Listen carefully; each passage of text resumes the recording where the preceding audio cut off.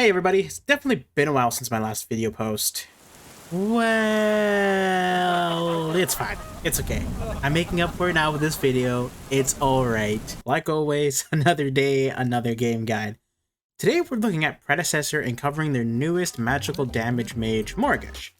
Anyone that's new to this channel, I'll be breaking this video down to two sections. My first section will be a quick look into Morigesh, covering her abilities and how she works, followed by a quick combo string and how to escape as the Morigesh. My second section will be a very detailed, going over everything I know about Morigesh. This includes builds, the laning phase, and even good and bad matchups for her.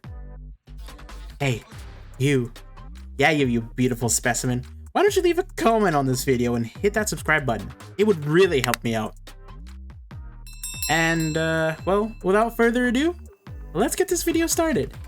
Pestilence is Morigesh's passive. Any abilities that you land on any enemy characters applies a dot damage for 3 seconds. If I mark this steal, it'll apply Pestilence, doing dot damage for the next 3 seconds. And if I land another ability, it will just refresh the duration and it will not stack. Hive is Morigesh's first ability. Morigesh throws a pot of bugs that explodes on contact with an enemy hero or if it hits the ground, doing damage upon contact and on the explosion. Keep in mind that when you have a marked target, which is an ability I'll be going over in a second here, when you hit them with Hive, it also applies a slow to them. Morigesh's second ability is Swarm. Upon activation, Morigesh turns into a swarm of insects, increasing her movement speed and doing damage as she passes through targets. She additionally also gets healing upon passing through targets, and Swarm will not do consecutive damage past the first initial pass through. You're only allowed to go through them once, applying the damage and the healing, and then if you pass through them again, you won't be doing any damage or reapplying Pestilence. Morigesh's third ability is Mark. When you're within range, you can instantly cast this ability and do damage. As you can see, I am not within range there, but when I'm within range, you'll see that little, I guess you could say, highlight around the steal. When I cast the ability, I do damage and make a little miniature version of the character I've marked and place them on my back. Now, all of my abilities will do something special. This also allows me to use my ultimate, which I will cover after this. When I have marked a target, when I use Hive, I slow them. If I use Swarm, I heal a lot more than I originally would if I hadn't marked this steal. Morigesh's ultimate is Curse. To be able to use Curse, you need to mark a target first. So I'll walk up, mark this steal, and now I'm able to ult him. When I activate Curse, Morigesh crouches and stabs the little puppet that she has made, summoning a giant bug version of her behind your target and doing damage. After you've used Curse, it reverts your mark. As you can see, I have no one marked right now, it's just that little puppet on my back. If I reapply Mark, and I go down here, I don't require sight. Literally any point or any, I guess you could say, position on the map, I can hit Curse. It doesn't matter as long as they are marked. As you can see, I can't see the steal and I'm quite a ways away. I can still hit them with my ultimate.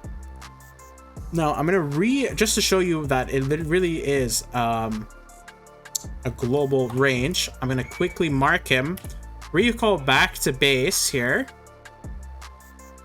do a little dance, little dancey dance, and then I can use Curse. Oh, cool. I can use Curse now that I'm base, and as you can see, I'm still going to hit that steal that is all the way over there. So as long as you have marked a target and you have them marked, you can hit Curse no matter where you are on the map. Don't require any eyesight, you just need to have the target marked.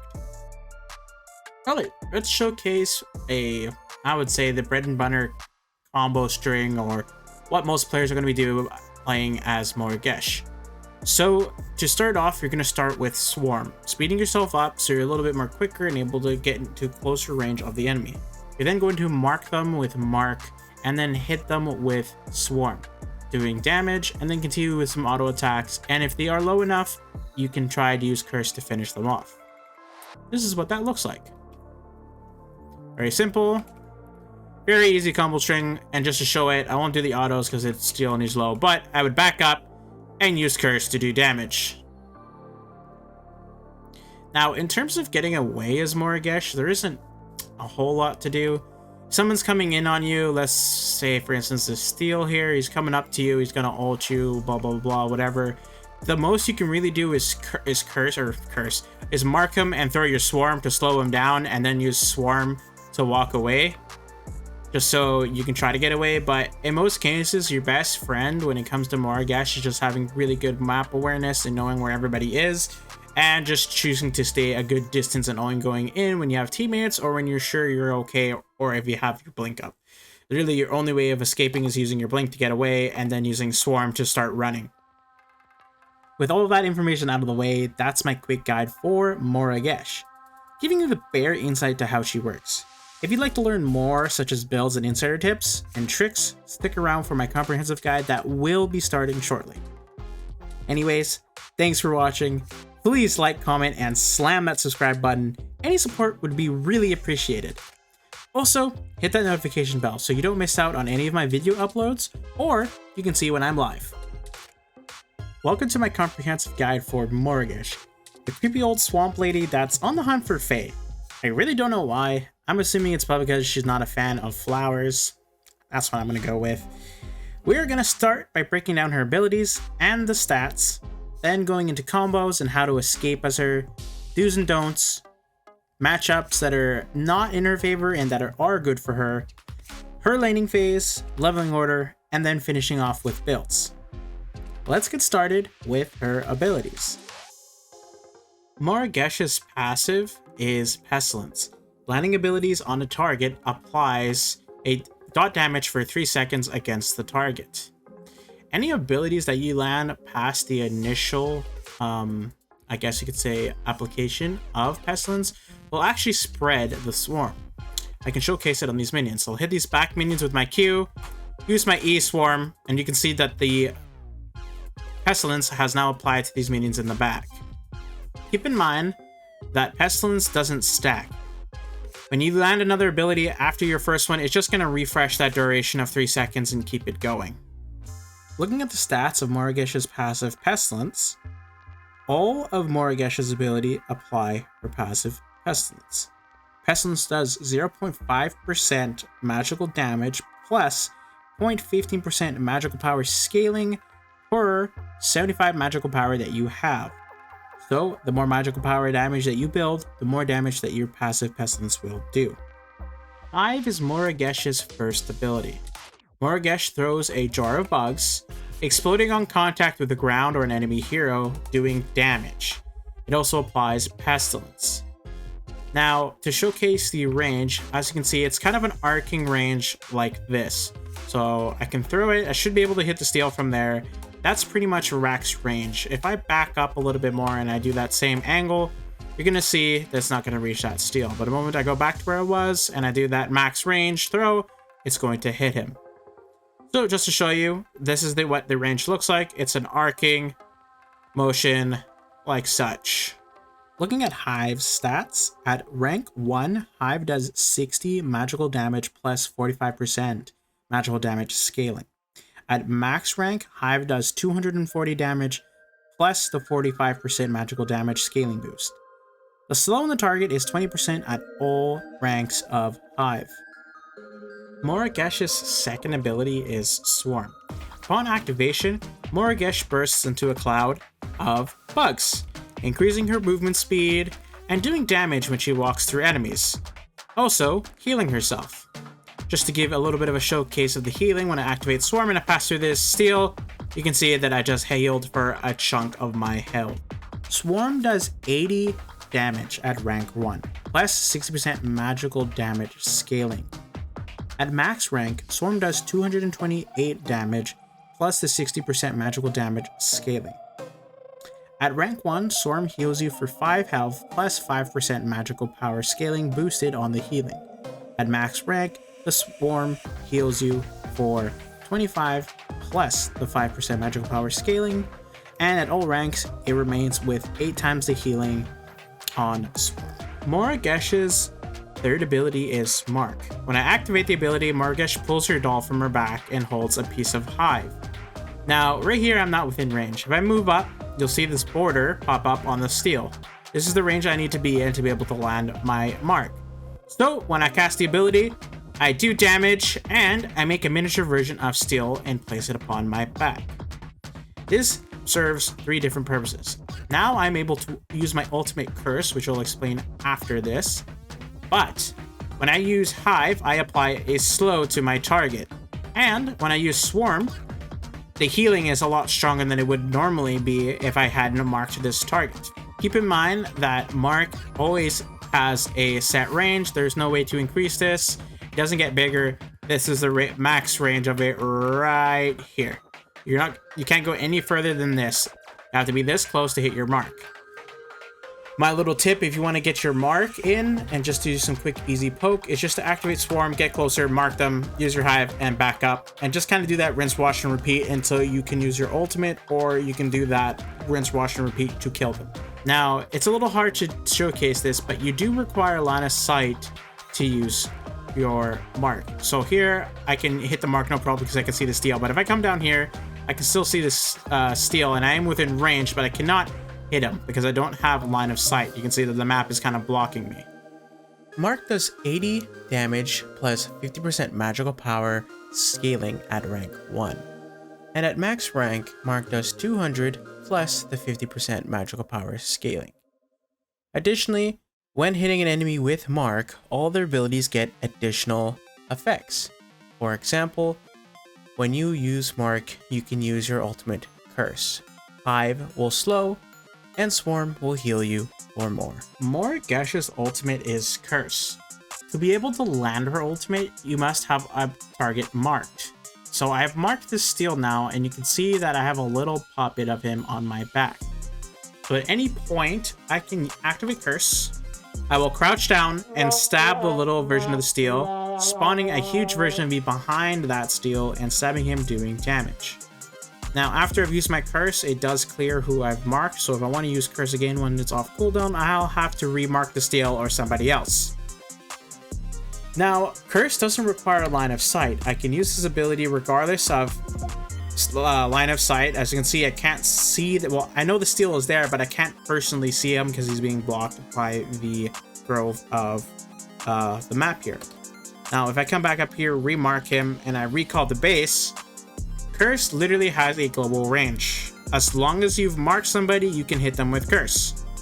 So I've returned to base, I can now activate Curse, and boom. That steel got hit even though I'm all the way over here. Last thing to remember when using Curse, and I can't really showcase it here unfortunately, but if you say I'm using my Curse like this, and let's say that steel were to ult me or use his shield bash and stun me, I would actually get stunned and lose Curse. It wouldn't go off, I would just get stunned and then probably die if he had backup. Or he would just get away if he was by himself. He would just probably turn around and dash away.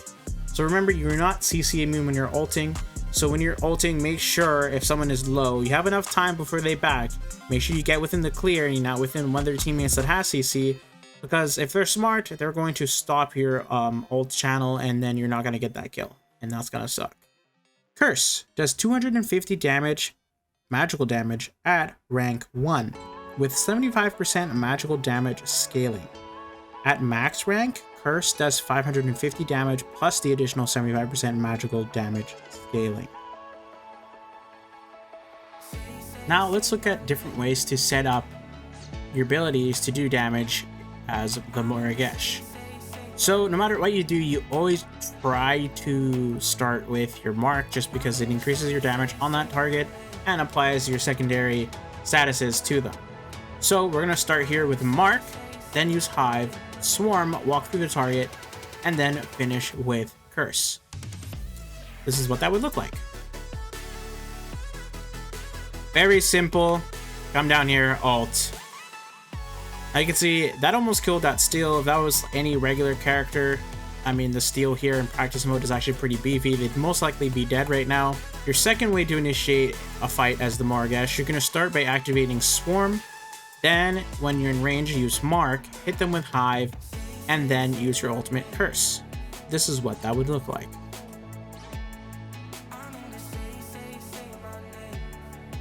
Again, another good chunk of burst damage. Now, when it comes to getting away as Morigesh, there really isn't a whole lot you can do other than position yourself accordingly. And what I mean by that is you need to be watching your map at all times. If somebody disappears from a lane, like say solo, I'm probably going to want to be hovering my left side of the map. So in this case, I'd want to be over here, kind of watching to see if the solo laner is coming to gank me, and probably sticking a little bit closer to my tower. Now, another thing is you can be a little bit more aggro if you have your blink. Just make sure that you are within reach of your turret, because if you are pushed up, for instance, I'm in front of their tower poking whoever it is I'm bursting, and I turn around and blink, there's still enough time for them to catch me and kill me before I reach my tower. They can just CC me down or just burst me off the map because I am quite squishy. The only other alternative you can do, in this case, a lot of people don't know this, when you use your swarm, you pass through people, but that also means that people pass through you. So for instance, I'll show this clip here from the trailer. When you activate Swarm, you can see that when Crunch uses his dash here, he actually goes through Morigesh and doesn't pull him back or stop at her. He literally just goes through her, applying the damage, but went directly through her, and now she is safe. I can't really show it here with this Steel bot, but the same applies with Steel dash. If Steel were to use his dash and I use Swarm and I would literally go take the damage from the dash, but I wouldn't get knocked back. So a good, like a well-timed Swarm can actually get you like out of a lot of bad situations, whether it be a Steel dash, a Crunch dash, or any person that has the ability to displace you.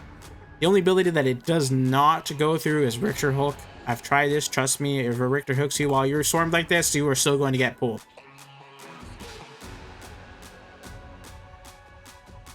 So, as you can see here, I've started with Mark. I am versing a Howitzer, which kind of sucks as a Morigesh. He zones you quite well.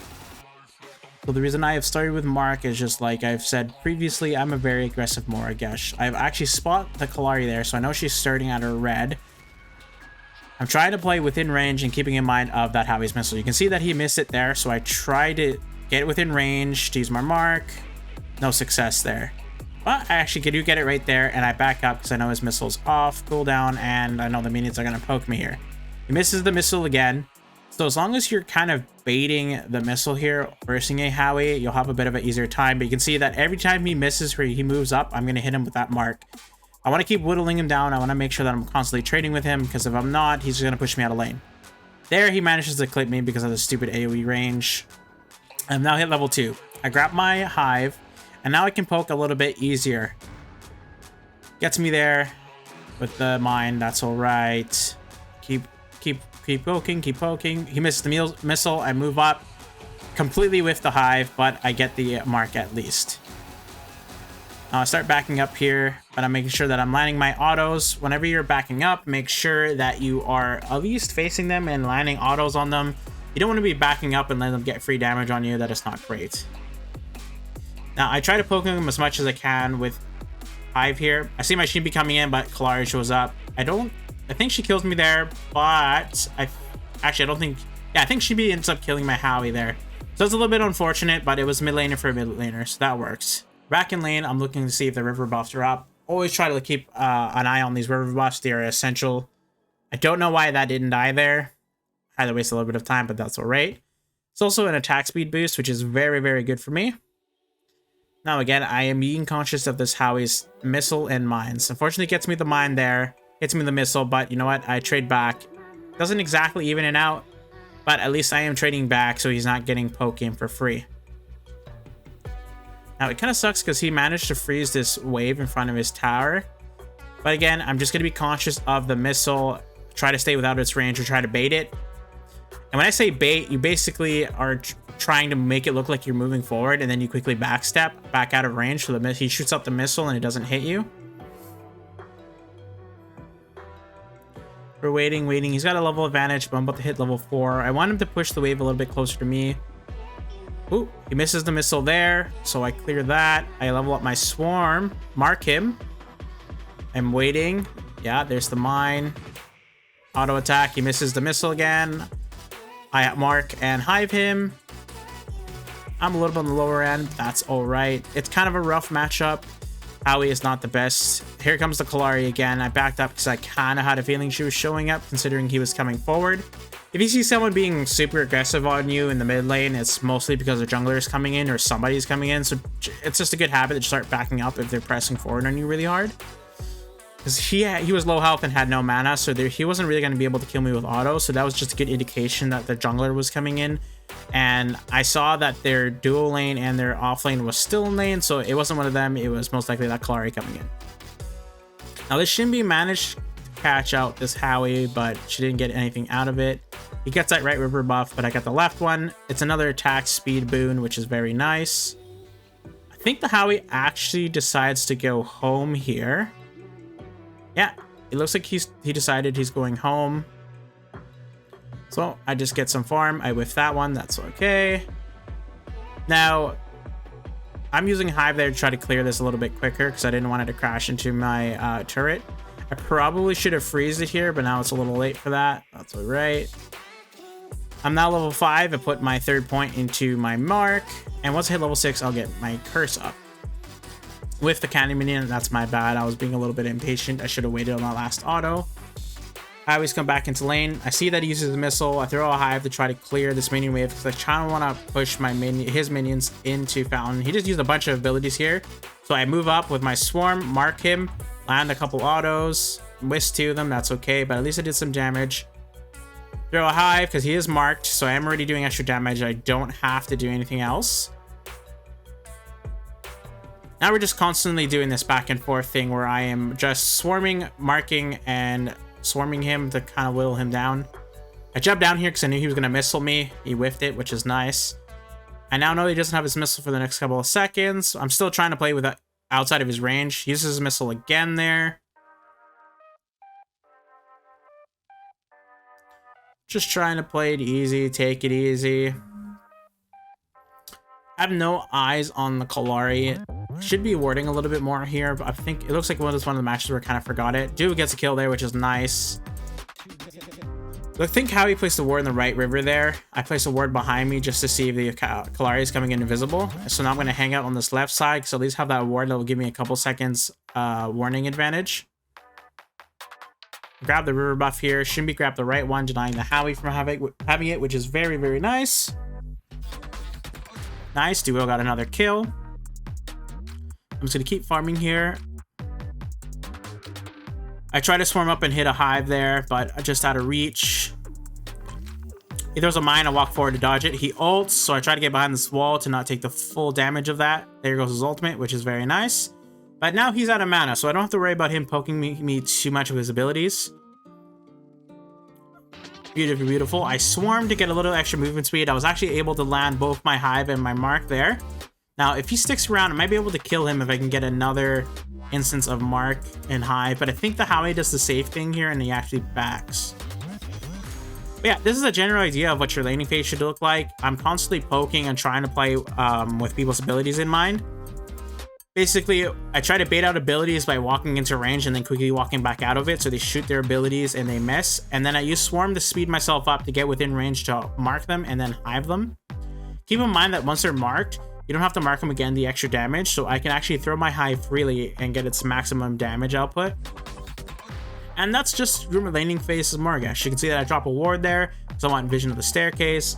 So, map awareness, vision, ward up when you can, and try to be as aggressive as you can and play around basically whoever you're playing against their abilities. Try to bait out abilities, and then initiate in after. You want to basically full in it. Because if you're literally full inning it when they have their abilities, the trade isn't going to be so great because you have to get so close.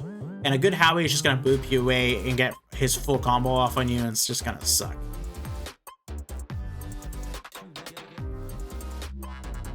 Alright, let's take a look at builds. I've got 2 builds that I will share here that I like.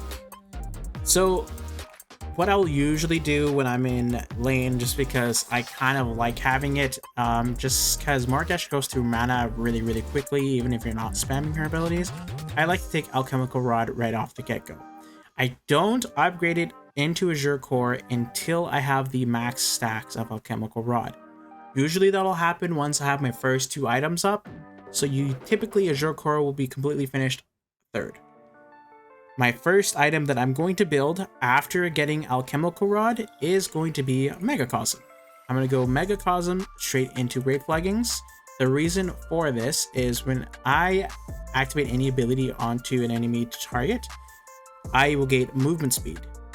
But because of my passive Pestilence, every tick of that dot damage is actually going to activate that movement speed. Basically, as long as I'm landing my abilities, I am constantly in a state of being sped up. This is going to allow me to chase people down. They're not really going to be able to get away from me. My second or third item is going to probably be not Alchemical Rod, Azure Core, because I should have my stacks up by then. The reason why I do that is just because you're not going to get the passive from Azure Core until you have those 400 stacks. There's no point in wasting that last bit of gold to finish the item when you could just use that extra gold to go into another item that's going to give you more of a benefit. My fourth item is going to be Dreambinder. Just like Wraith Leggings, a slow that is being applied from Dreambinder is also proccing on Pestilence. At this point, when you have both Wraith Leggings and Dreambinder, you can kite like you would not believe. You can literally stay in and out of range of people and just constantly whittling them down until you kill them. It's very aggravating, especially if the enemy opponent that you're versing does have any form of range. If they're melee, you're just going to stay out of their range and absolutely decimate them. Lastly, if it's a tank, I would say a tank heavy team, I would go with Oblivion Crown.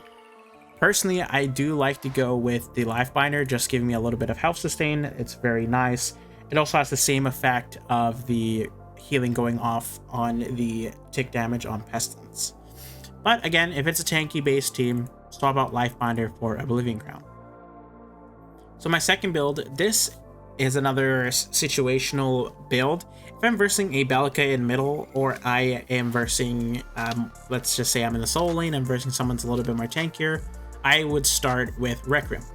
The reason for this is if you're going Requiem, you're getting that mana regen, allowing you to spam your abilities, but you don't have to worry about Belka absolutely annihilating you with her ultimate, because as your mana is higher and higher, the less mana that you have that you spend, she's going to do more damage to you. So having a higher mana pool works against you. So start over the Requiem. Then I'm going to go straight into Wraith Leggings and Dreambinder. Those are essential. Fourth item is going to be World Breaker. And if I want to be a little bit on the tankier side, because I'm still doing decent damage and I'm getting lifesteal from Requiem, and World Breaker is nice because as I'm doing damage, I'm also gaining more damage as I am fighting.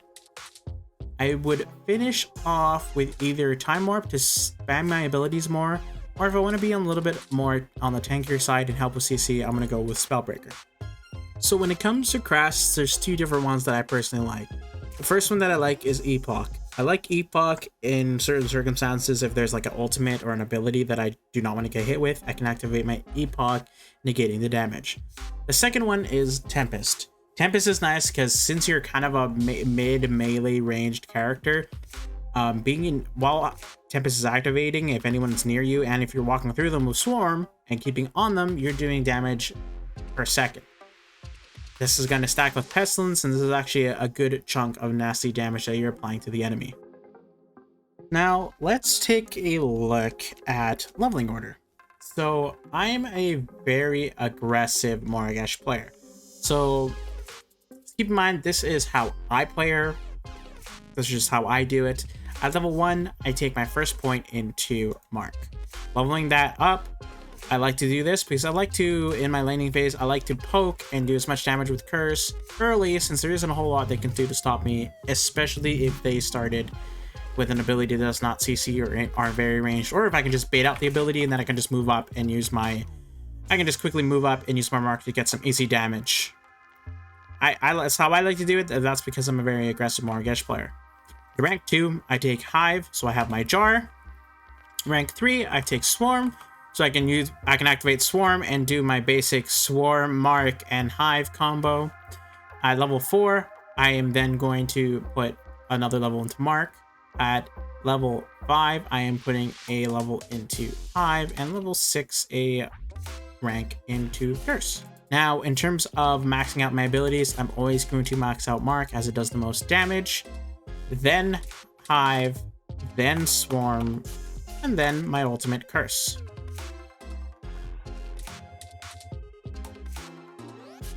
Let's take a look at some good and bad matchups for the Morigesh. Gadget is a good matchup for Morigesh. Using Swarm, you can actually avoid a lot of her abilities, getting some free poke on her. You can literally use Swarm, activate it to avoid her hat, or to even just bait it out and then activate Swarm to go in and poke the Gadget. I've versed many Gadgets, even people that are pretty good with Gadget, and I've absolutely just pushed them out of lane because it's very easy to just manipulate people or to basically easily poke Gadget players. Revenant. Now, most ADCs that don't have any type of leap or dash, so this is like Revenant, Murdoch, and kind of, actually, you know what, I was gonna say Drongo, but no. So Revenant and Murdoch. The reason for this is, again, they don't have any type of gap closer, and you can basically stay outside of auto attack range of a Murdoch and Revenant. You'll have to initially walk in, use Swarm, and mark a target just to get your extra damage, but then you can walk out of their auto attack range and just constantly spam them with your Swarm, or not your Swarm, with your Hive, doing damage, littling them down until you can move in with Swarm and a mark, or just back up and ult them. Most ADCs have a very hard time against you if you keep into account their auto attack range. So just walk into their range, mark them that one time, taking those couple of autos, then walk right back out of it and just constantly poke them down with Hive. Another good matchup for you is Shinbi. Now, a lot of people are going to be like, wait, but Shinbi has a dash, she has a gap closer. She does. Yeah, she does. But if you can keep into account of dodging her wolves and her dash there, in lane, whether it's in the off lane or the mid lane, you can kind of do the same thing with the ADCs, where you just simply mark her once and then you just constantly throw hives. If she's going to throw wolves at her, well, you throw your hives. Your hives are a lot easier to hit because they're AoE. You don't even have to get into range of her dash, and even if she does dash and you just activate Swarm and back up so you're not sitting in her shield. Now, if she catches you off guard, yeah, she'll probably kill you, but if you can get ahead of her, you have a pretty easy time against Shinbi. Bad matchups. Now, anyone with CC is particularly a bad time for Morigesh, because you're gonna basically, you can get rid of her ultimate when she casts it by CCing her out of it, but Grux in particular is a very not great time for the Morigesh. He just has so much CC that he basically juggles her around and can instantly take her out with his quick combo there of his knockup, pull, and his double pain. And the Fae. Now, originally I thought the Fae would be no problem, but I versed a very decent Fae and I realized that her Harvest Nestle has a longer range than any of your abilities, and all she has to do is play outside of your range and just constantly shoot that at you, and you don't have any abilities that can actually reach her if she's doing that. I versed a very good Fae that just constantly did that, and well, she poked me out of lane and it sucked. So Fae is not a great time for the Morigesh. Lastly is Howitzer. Howitzer sucks because of his range, and well, he's just kind of a bullshit character in general, but he has range, he has good escape with his slow grenades, and he can also bounce you around or bounce you away from him with his mine. Not to mention he can completely separate himself from a fight for about 4 seconds with his ultimate. A good Howie player will be a very tough time. If you can bait out his missiles and such, you can get some poke damage, but overall it is not a great time. Morigesh really has a hard time going against a Howitzer. Let's look at do's and don'ts, things you should be doing as a Morigesh player and things that you should not be doing as a Morigesh player. Use Curse and Swarm to poke your target as much as possible. The more that you're using this combo consecutively, the easier it is going to be for you in your laning phase, as you're going to poke your target into the tower line or even force them to back once you have your ultimate, because it could spell their demise. Map awareness. I cannot stress this enough. To succeed as the Morigesh and to not feed, you must be aware of your surroundings at all times. Make sure you're double checking the map. If you see someone disappear from their lane, try to play safe until they show up again. and always try to keep an eye out for the jungler and his jungling path. If you think the jungler is close to you, play it safe. If you haven't seen him for a while, play it safe, or put some wards in the jungle to see if you can find him so you know where he's at.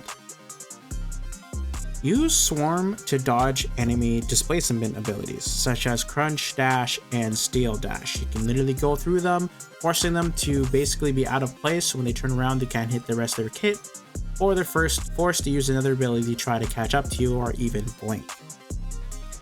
And lastly, don't only use Curse to secure kills, you can also use it to set up kills. For instance, if you are really low and you had to back, you can use your ultimate while they're still fighting to lower a target for your teammates so they can win the fight a little bit easier if it looks like they are losing. Now, things that you should not be doing as Morigesh. Now, I've seen this a lot. You are not a tank, so don't act or play like one. You will die. You are very squishy.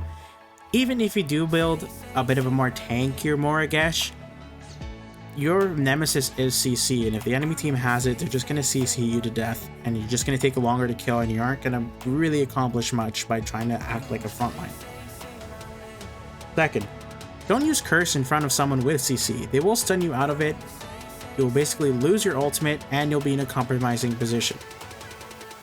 Do not use your other abilities when you're in range of your mark.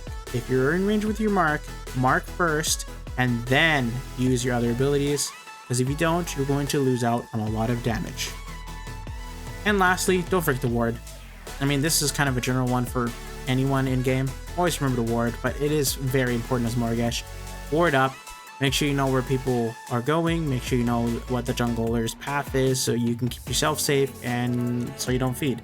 I've seen a lot of people that are inexperienced with Morigesh that end up going like 0-12 or 0-13. It's a simple fact of them not warding and them just kind of doing as they please and then just dying over and over and over. That's my comprehensive guide on Morigesh. Thank you for watching, and let me know in the comments below who you'd like to see in my next guide. Also, hit that subscribe button, and don't forget to hit that notification bell so you don't miss my next video upload or even see when I go live on YouTube. Also, bam! Thanks guys, I'm almost at my milestone of 100 subs. Thank you all so much for your love and support, you guys rock. And with that was another day and another game guide. I'll see you in my next video. Bye!